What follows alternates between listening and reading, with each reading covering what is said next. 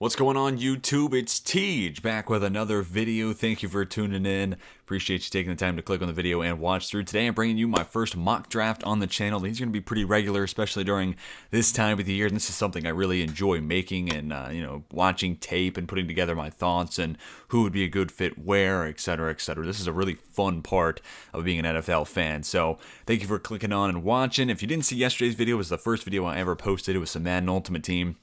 So I play a lot of football video games, but I also obviously keep up with the NFL in real life. So I'd appreciate if you went back and watched that Ultimate Team video. But without further ado, we'll go ahead and just jump into this mock draft. I'm using the Draft Network website. Going to use all 32 teams and get things going with the Jacksonville Jaguars on the clock with the #1 overall pick. This one's a no-brainer, right? Trevor Lawrence, we've been saying it for, 3 years now, that he's the #1 guy. He's the next Andrew Luck, and I agree with that consensus. Things start getting interesting here at 2. So you've been hearing a lot of hype around Sam Darnold, that Robert Saleh and Mike LaFleur, the new OC for the Jets, and head coach for Saleh, that is, really like Darnold. They think they can fit his offense. But I'm thinking that's more smokescreen, trying to raise his value.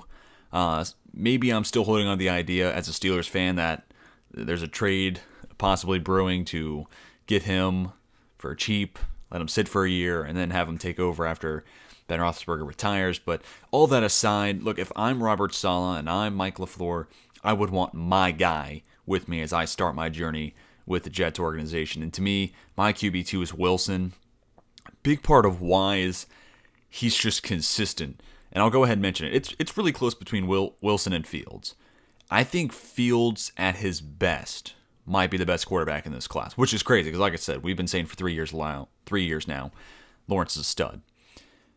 But man, did you see that semifinal game, the college football playoff? Fields outplayed Lawrence. And even in the championship game, there were a couple of plays like the read option with Fields, and then he follows it up with a perfect dime in the back left corner of the end zone. You look at those plays and you're like, yep, that's QB1. That is unbelievable. But then some of the decision making, sometimes the touch isn't quite there. Sometimes it's the accuracy more than the touch. I actually think he's got really nice touch on a lot of his passes deep down the field. But I think Fields' up and down play throughout the year knocked him from 2 to 3, and then Wilson was lights out, consistently great all year. And even in the games where they played better competition, I get that BYU didn't have every game being top tier Big Ten opponent like Fields had to deal with. But that said, Wilson was just stellar all year long. And the way I look at it is, if I took Fields and put him on BYU's team, which, we're not talking about receivers for BYU going in the first round or anything like that. If you took Fields, put him on BYU, I don't know if his numbers pop as much as Wilson. But if you put Wilson on Ohio State's roster, wow, that guy might have, carried them to a national championship win if he played that well. But that way of thinking doesn't always carry over, but because of that, I have Wilson as my QB2, and I have the Jets taking him at #2. And then we get to the Dolphins here at 3. And Sewell makes sense to some degree, but I think with the 18th pick later on, that is more the offensive line spot. And I think here, look, Chan Gailey stepped down or retired as the OC. Devontae Parker is a jump ball receiver. He doesn't separate on his own. I think this is an opportunity to get a new OC, try to modernize that Dolphins offense. You go receiver here at 3. They're going to go IOL or offensive line in general at 18. We'll get to that. But you get a playmaker, you get some protection for Tua, and you get a good offensive mind. And next thing you know, I think the numbers are going to come and support Tua being a top 5 pick last year. And it's going to silence a lot of the critics that said, oh, the Dolphins made a mistake not going Herbert. I think Tua is going to be just fine. I think he's actually going to be a really good NFL player. And I think getting him an asset like Devonta Smith who can play inside, outside. He's a route-running fiend. He's great at getting open, separating. He's got great hands. And actually today at the Senior Bowl, he refused to be measured, both for his height and his weight. And there's speculation that he's trying to gain weight, which is interesting because he is a player that is a little lighter at 175, and his weight has been discussed a lot. But if he starts to add a little bit of muscle, I'm intrigued how that might affect his explosiveness, but if he gets bigger and stronger, you got to like the idea of that in theory. But Smith here to the Dolphins at 3 makes a lot of sense to me. Moving on, #4, hey, the kid from Georgia. If you watched QB1, this is just a good feel-good story.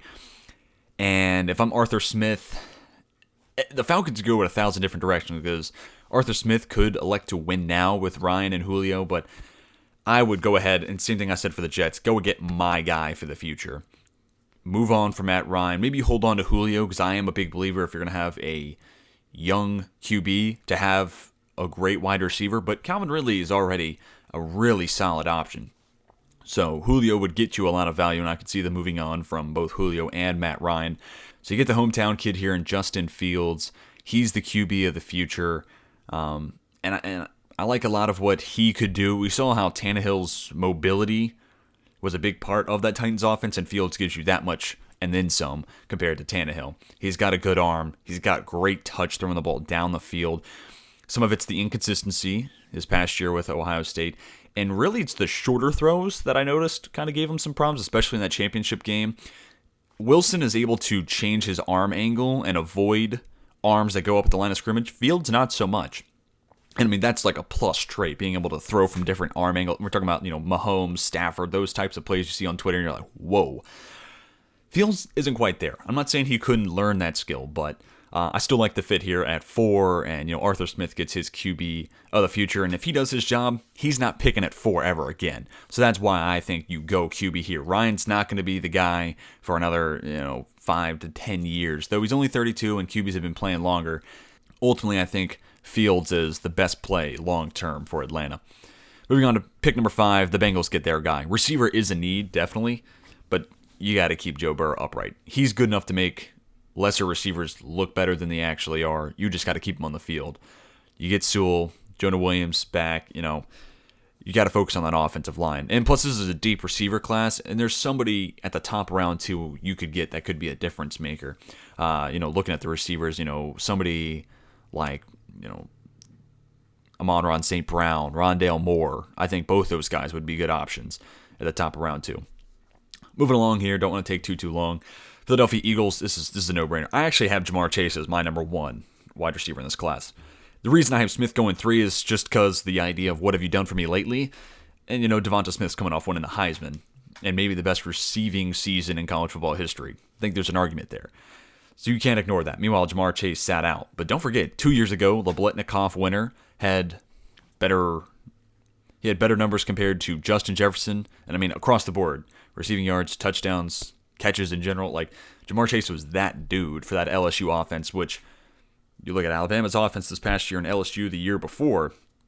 Those are 2 of the best offenses we've ever seen in college football. Chase is also about a year, maybe even a year and a half younger than Smith. Not that that's the end-all, be-all, but I still love Jamar Chase. He's somebody who can only play on the outside, or really you should only play on the outside. Smith has a little bit more versatility, but look, the Eagles need receiver really bad, no matter who's under center. They need a difference maker. They need to cut Zach Ertz. They need to cut Alshon Jeffrey. I'm pretty sure Deshaun Jackson's already a free agent. They have to clear space against the cap any way possible. And because of that, they're going to be depleted when it comes to weapons, which they already are. So now you have Jamar Chase. Jalen Reagor can hopefully have a bounce back year if you're an Eagles fan. And next thing you know, the future might look bright, whether it's Wentz or Hurts under center. Then we get to 7. The Lions said they're going to trade Matt Stafford. I do think they will get a first-round pick at least for him. I have not accounted for any trades in this mock. If you want to see me do that, just comment down below. If I had to guess, he has his eyes set on Indianapolis, and I think Detroit would want to honor his desired location, just given how much he's given that team. That's more of a feel-good, like, oh, they did the nice thing. It might not actually play out that way.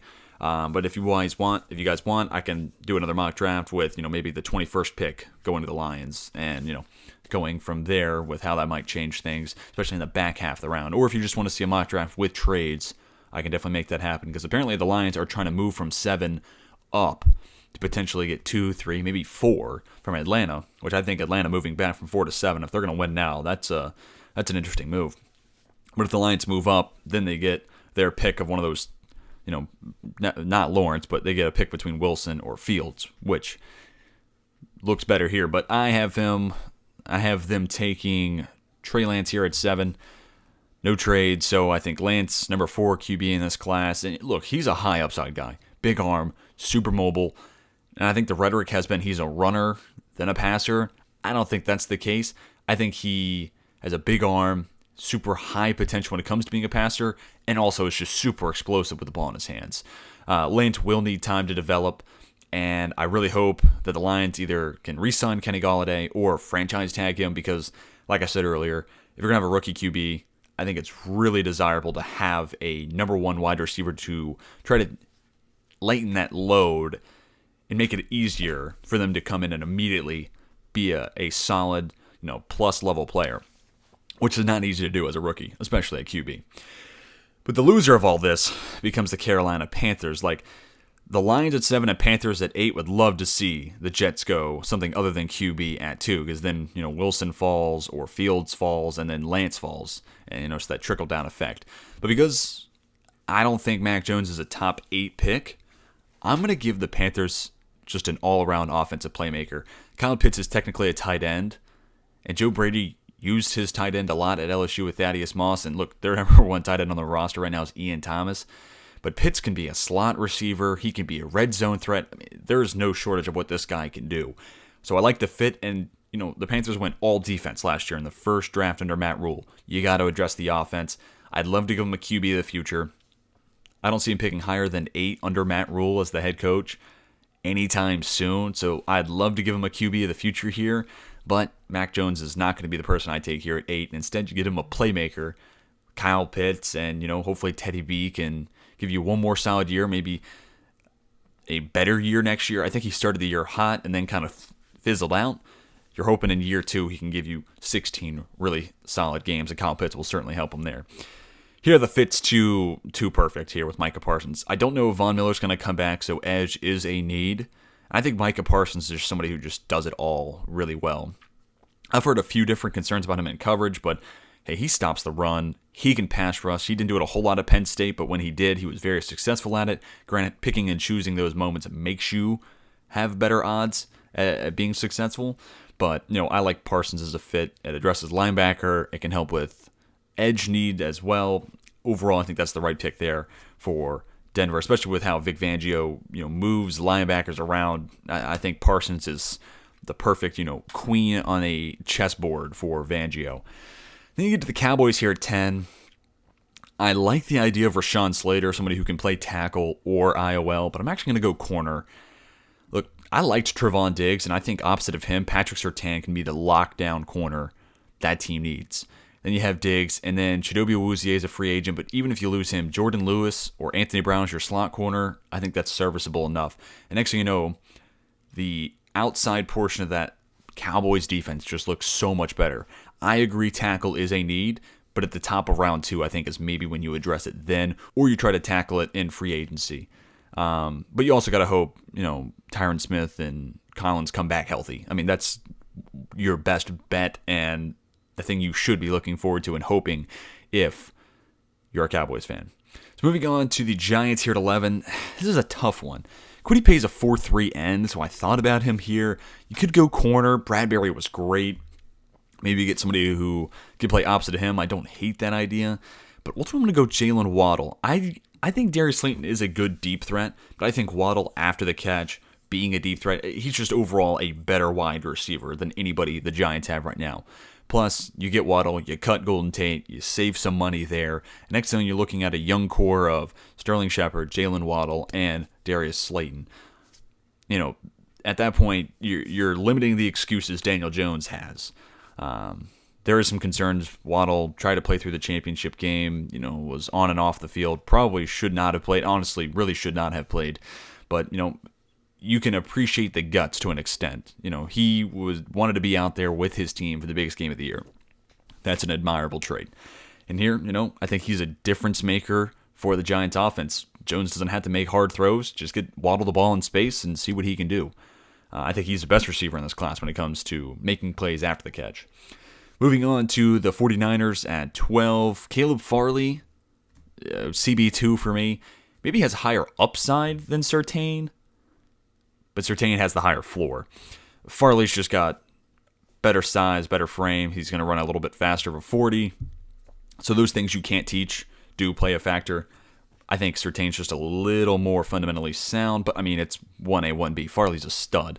And sitting out this past year and working solely to get ready to go into the NFL, he got better technically. So I'm really excited to see what he looks like once he's on the field. And look, The 49ers are probably not going to bring Richard Sherman back. That price tag is going to be too expensive. So they already needed corner, and now they definitely need a corner. And I think Farley can be their shutdown guy. And that's a team that faces DeAndre Hopkins twice a year, faces DK Metcalf and Tyler Lockett twice a year, face Robert Woods, Cooper Kupp twice a year. They need a shutdown guy on the outside. Moving on to the Chargers at 13. Draft Network has Darrisaw below Cosme and Slater. I don't know. I think Darrisaw is going to be the Mekhi Becton of this class. Super athletic, crushes the combine, and rises up boards from there. Plus his tape from Virginia Tech. So you actually have back-to-back Hokies. That's kind of funny. Going here at 12 and 13. His tape backs up the production and what he will do at the combine. Darrisaw is just a stud. And you get him at left tackle. You have Buluaga still at right tackle. Keep Herbert on the field. Keep him healthy. Do not let him take any unnecessary hits. So you get the franchise bookend left tackle with Darrisaw. Vikings here at 14. I agree with many that IOL and IDL is a need. I think the offensive line wasn't that bad. They have addressed it a lot over the past couple of years. And IDL will get a boost with Michael Pierce just being back and not being opted out next year. And they'll have Danielle Hunter on the edge back. With that said, it's a pretty scary injury for Hunter.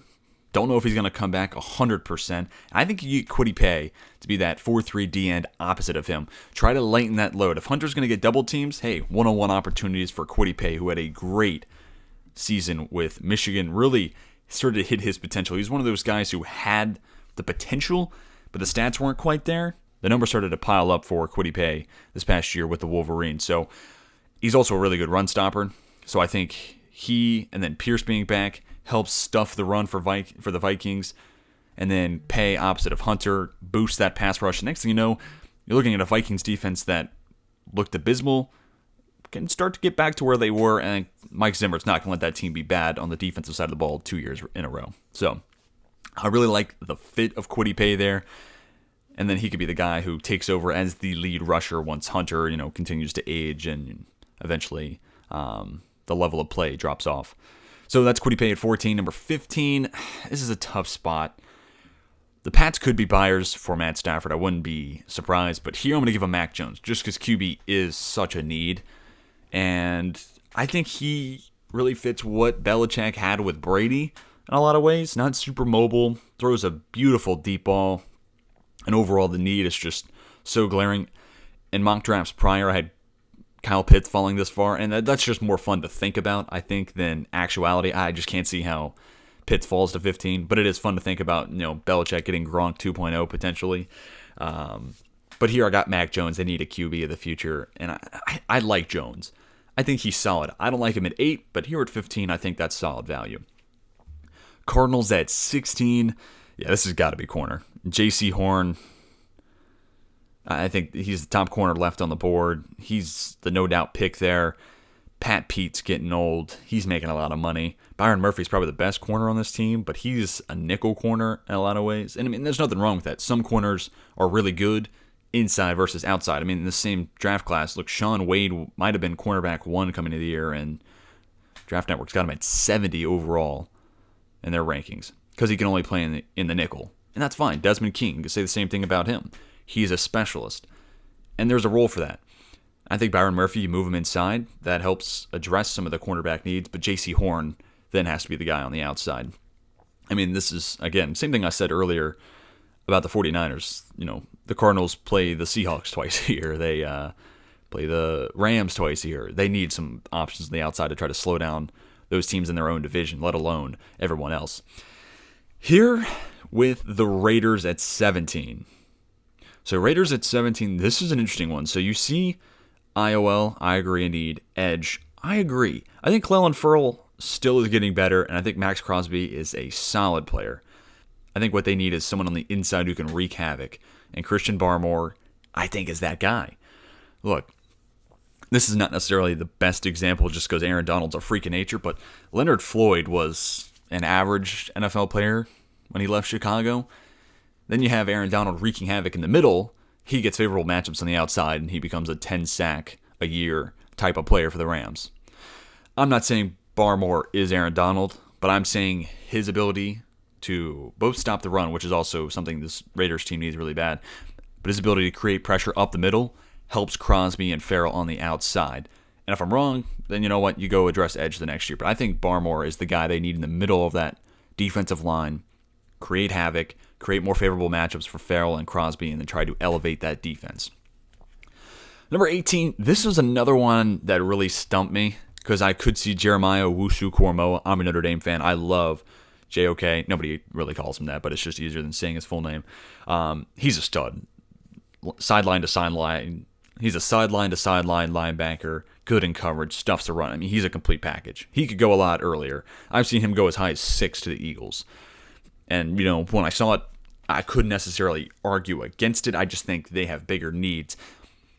And I'm hyping up Owusu-Koramoah, but I'm not going to have him be the pick here. I think Slater is exactly what this Dolphins team needs. He's so versatile. He can play tackle. He's got great tape there from Northwestern. He can play inside. Some people have even mocked him as a center. And, there's really needs across that offensive line for the Dolphins. Maybe Slater is the new center, replacing Ted Karras. Or maybe he plays right guard, or he plays left guard. Or you play him at right tackle, which I think is what I would do. I'd play him at right tackle. You move Robert Hunt back inside where he was drafted to play. And next thing you know, you get a Mauler at right guard and Hunt. You get Rashawn Slater as a bookend blindside tackle for Tua. And now, like I said, modernize the offense with the new OC. You took Devonta Smith at 3, and now you get a blindside tackle in Slater. That offense looks a whole lot better in my eyes. Here for Washington at 19, I am assuming they're going to get a veteran QB, whether it's Fitzpatrick, Cam Newton, something of the like. I think they address QB in free agency, and there's no QBs here on the board that I would take. I am not taking Kyle Trask here at 19.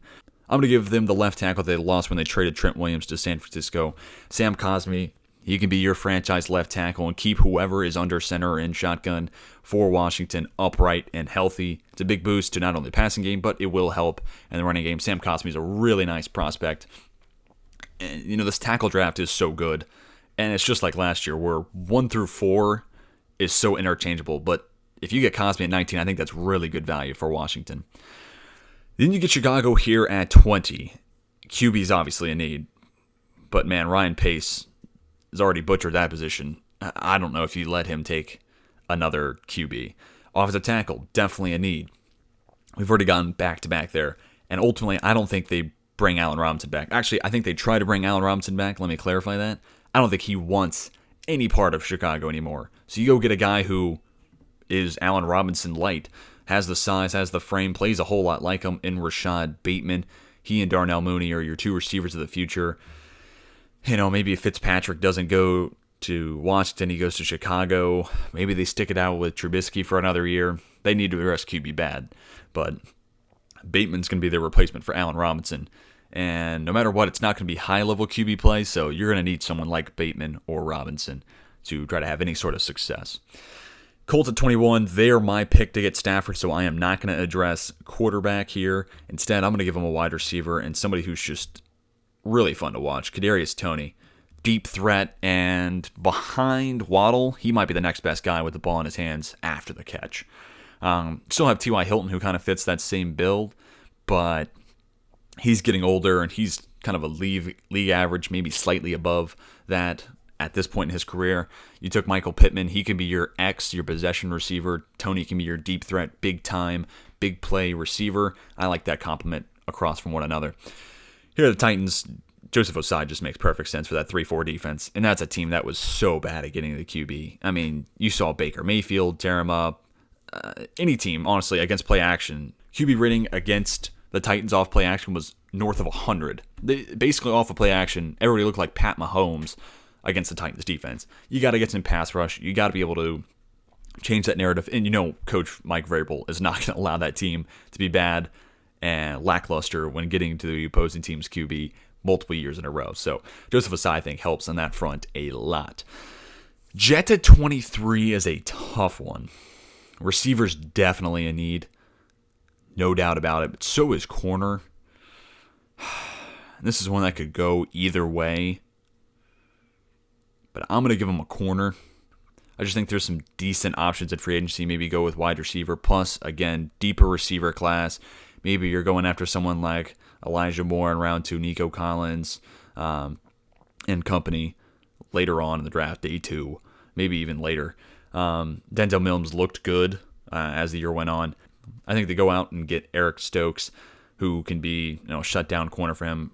And he's what, fourth corner I've taken off the board. Yeah, he's still a really good player, and I think he is exactly what that Jets defense needs.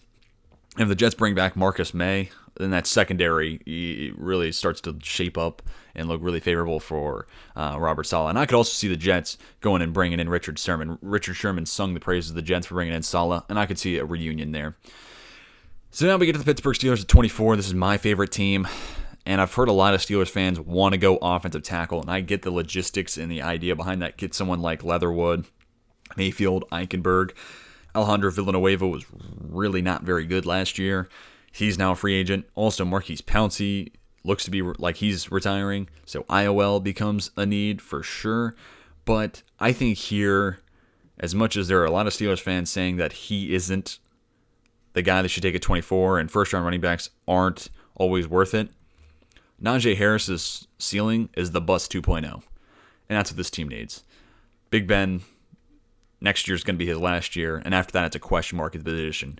Go get a guy who is just an absolute animal with the ball in his hands. Like I said, Jerome Bettis 2.0, potentially. Even more athletic. And he's also great in the passing game. He's got some really solid hands, and he allows you to do a lot of different things short and just get the ball in his hands, let him make plays in open space. So, I like Najee Harris at 24. I could see offensive tackle there, though, for the black and gold. 25, Jacksonville Jaguars. This has got to be offensive tackle. And I think Liam Eichenberg, Leatherwood's really, really good, but maybe it's my Notre Dame bias. I'll go Eichenberg here. Leatherwood is definitely a stud, though. But you get a day one starter in Liam Eichenberg to protect Trevor Lawrence. There you go. You have the franchise QB and the franchise left tackle set in place for Coach Urban Meyer going into his first season. Browns here at 26, and this is a fit I would hate to see, just given his upside. Gregory Rousseau has the highest ceiling of any edge rusher in this class. Great size, super athletic, long arms. He's already pretty good against the run.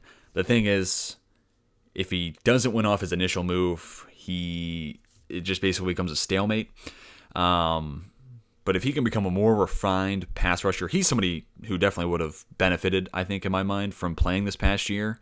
I think if he played and put up anywhere near the numbers he did 2 years ago when he had 15.5 sacks, though 7 of those were in 2 games.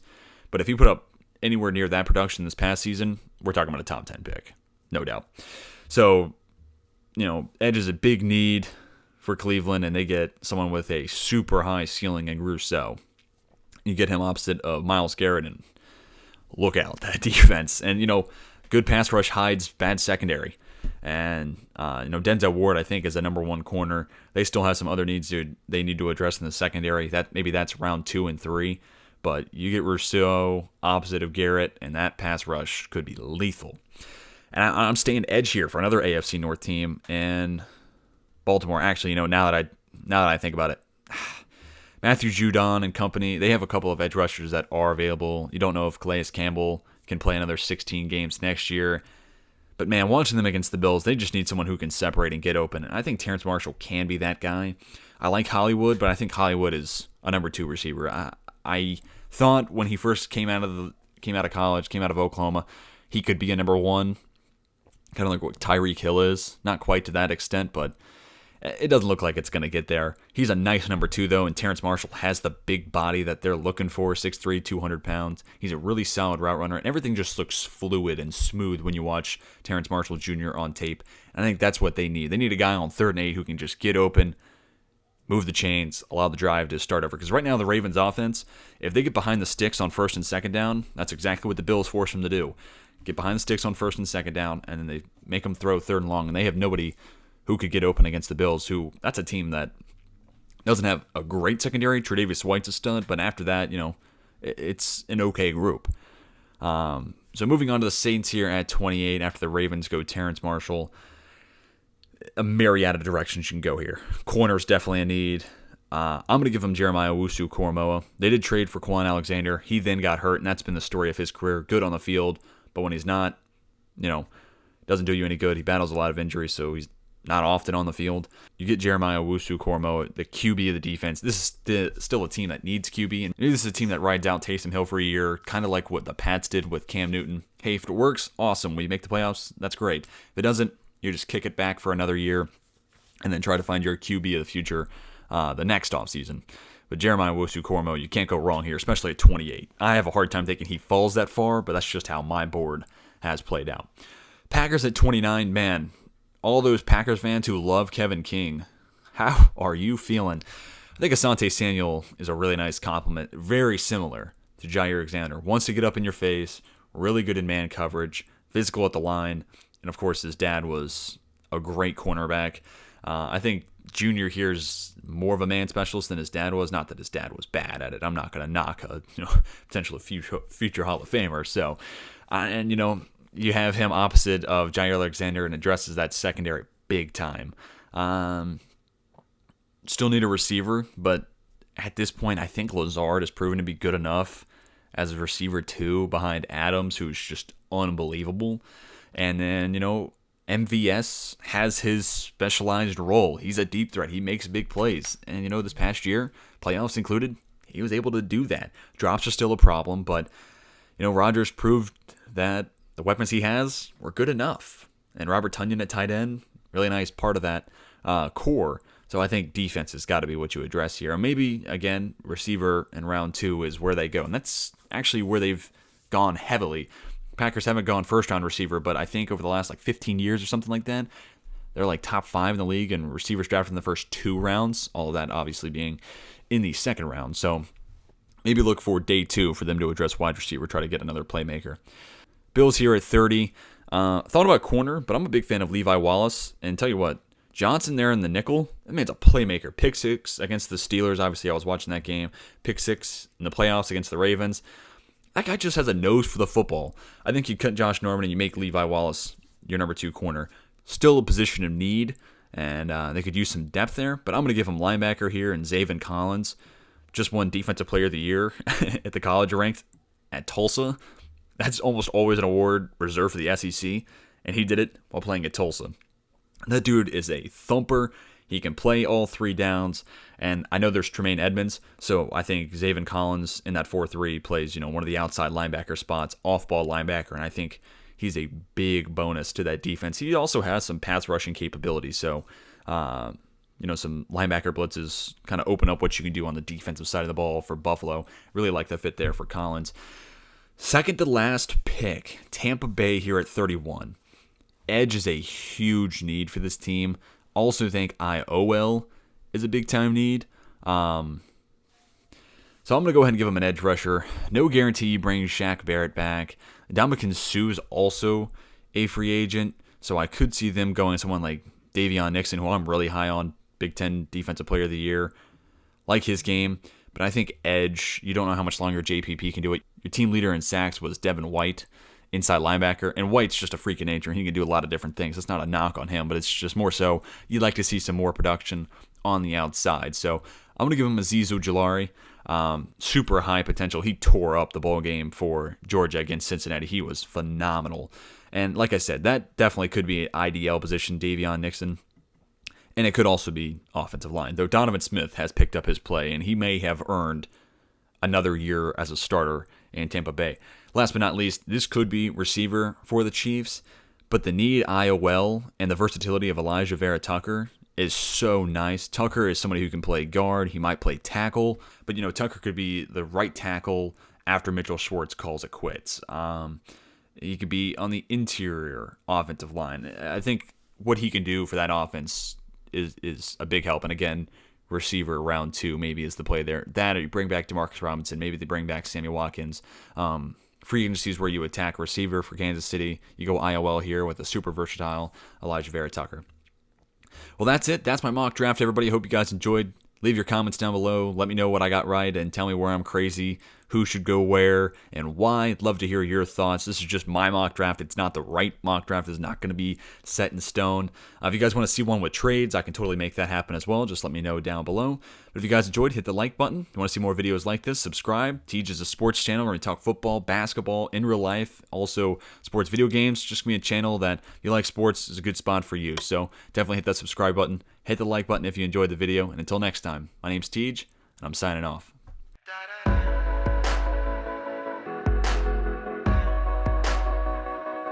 I'm part of the last generation that remembers time of God.